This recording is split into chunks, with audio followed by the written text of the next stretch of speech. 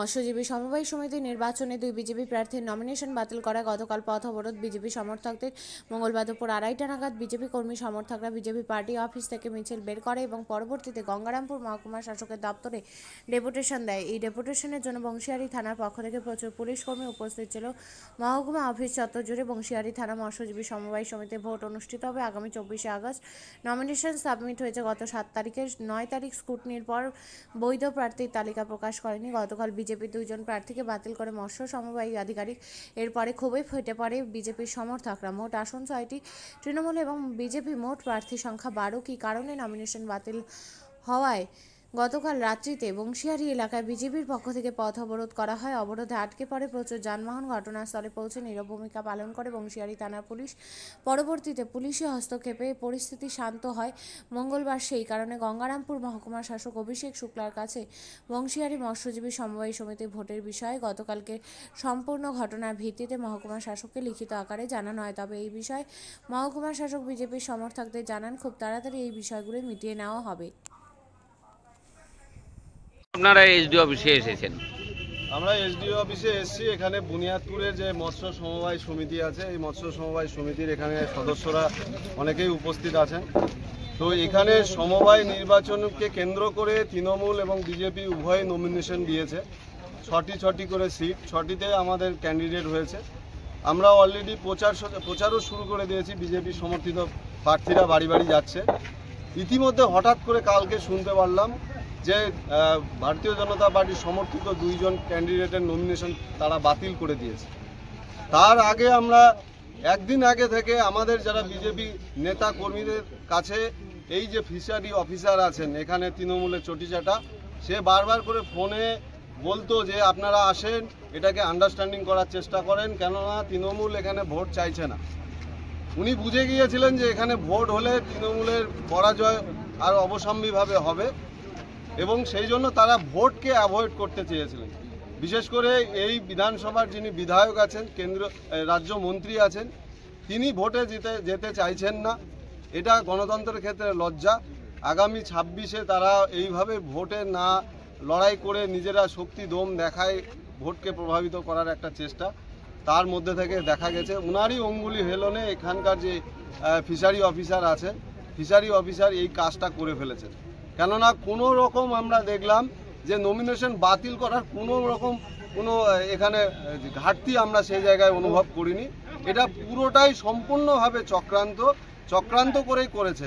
প্রথমে fishery officer ভারতীয় জনতা পার্টির কর্মীদের বিভ্রান্ত করেছে যে আপনারা আসেন, সমঝোতা করেন, আন্ডারস্ট্যান্ডিং করেন, আমরা লড়তে চাই না, তৃণমূল নির্বাচনে লড়তে চায় না।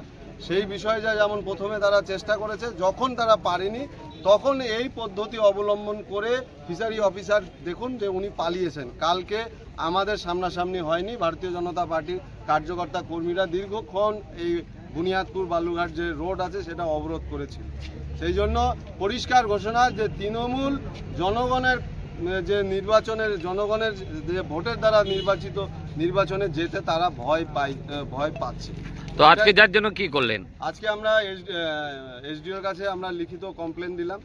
আমরা নিশ্চিতভাবে যদি তিনি কোনো ব্যবস্থা না করেন, এখানে আরও 4 জন ক্যান্ডিডেট থাকলো, যদি সঠিক নির্বাচন যদি ব্যবস্থা না করেন আর যে 2 জনের নমিনেশন বাতিল করেছেন সেটা যদি পুনরায় তাদেরকে নমিনেশনের ব্যবস্থা না করেন, তাহলে আমরা পুরো আইনি প্রক্রিয়ার মধ্যে যাব এবং এই এসডিওর অফিসে আমরা বিক্ষোভ আগামী দিনে সর্বব্যাপী একটা বড় বিক্ষোভ আমরা এখানে করব। বলছি দাদা, মানে ওখানে কোনো রকম তথ্যের খামতি যখন জমা দেওয়ার বিষয় আসে তখন বারবার করে সে নমিনেশন পেপার তারা দেখেছে, নমিনেশন পেপার দেখার পর ওকে করেছে। এও বলেছে যদি কোনো রকম কোনো ঘাটতি হয় সেই জায়গায় আপনাদেরকে ডাকা হবে, কিন্তু আমাদেরকে না ডেকেই ইনারা এই সমবায় মানে লোকাল ইলেকশন না ডেকেই এরা হচ্ছে কি ঘোষণা করে দিয়েছে যে নমিনেশন 2 জনের বাতিল। এটা প্রশাসনিক পক্ষপাতিত্ব কি বলতে? একদম সম্পূর্ণ প্রশাসনিক পক্ষপাতিত্ব। প্রথমে তো বলেছি এই ফিশারি অফিসার ভারতীয় জনতা পার্টির যারা সমর্থিত কর্মী যারা আছে তাদেরকে বিভিন্নভাবে ফোন করে ডিস্টার্ব করেছে যে আপনারা সমঝোতা করে নেন, কিন্তু ভারতীয় জনতা পার্টি কোনোভাবেই সমঝোতা জায়গায় যাবে না বলেই আজকে ফিশারি অফিসার তৃণমূলের অঙ্গুলি হেলনে এখানকার মন্ত্রী তার অঙ্গুলি হেলনে এই কাজটা করে ফেলেছে।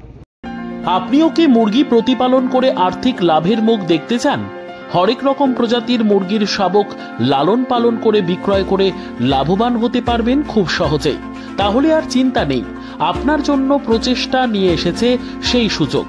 একই ফার্মে হরেক রকম প্রজাতির মুরগি পেয়ে যাবেন এখানে রয়েছে করকনাথ মুরগি, এছাড়াও আছে গিনি, ফ্রিগেল, টার্কি দেশি, এছাড়াও কোয়েল মুরগির শাবক পাইকারি এবং খুচরো বিক্রয় করা হয়।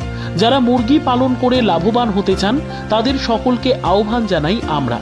আজই চলে আসুন আমাদের প্রতিষ্ঠানে। আমাদের ঠিকানা মহারাজাহাট, রায়গঞ্জ, উত্তর দিনাজপুর। মোবাইল নম্বর 8250428960, 8145717292, 9907063902। শিক্ষাই জাতির মেরুদণ্ড। ছোট ছোট শিশুদের প্রাথমিক শিক্ষা পরিপূর্ণ না হলে আগামীতে সেই শিশুরা সঠিক পথে চলতে গিয়ে হোঁচট খায়। শিশুদের এই শিক্ষার প্রয়োজনীয়তাকে সামনে রেখেই গত 1 বছর ধরে পরিষেবা দিয়ে চলেছে জিনিয়াস এডুকেয়ার একাডেমি। শিশুদের অত্যাধুনিক শিক্ষায় শিক্ষিত করে তোলার একমাত্র বিশ্বস্ত প্রতিষ্ঠান এই একাডেমি। এখানে অভিজ্ঞ শিক্ষক শিক্ষিকা দ্বারা যত্ন সহকারে মাতৃভাষা বাংলা মাধ্যমে পড়ুয়াদের শিক্ষা দেওয়া হয়। একেবারে খেলার ছলে বিনোদনমূলকভাবে বাচ্চাদের এখানে পাঠ দেওয়া হয়। পড়াশোনার পাশাপাশি বাচ্চাদের বিনোদনের ব্যবস্থাও রয়েছে এখানে। তাই আপনার বাচ্চাকে ছোট থেকে অভিনব শিক্ষায় শিক্ষিত করে মানুষের মতো মানুষ করে তুলতে হলে এই শিক্ষা প্রতিষ্ঠানের উপরে ভরসা করতেই হবে। আমাদের ঠিকানা জিনিয়াস এডুকেয়ার একাডেমি, স্থান ঘুঘুডাঙ্গা মোড়, পোস্ট ভূপালপুর, রায়গঞ্জ, উত্তর দিনাজপুর। মোবাইল নম্বর 9563630109 অথবা 7029042308।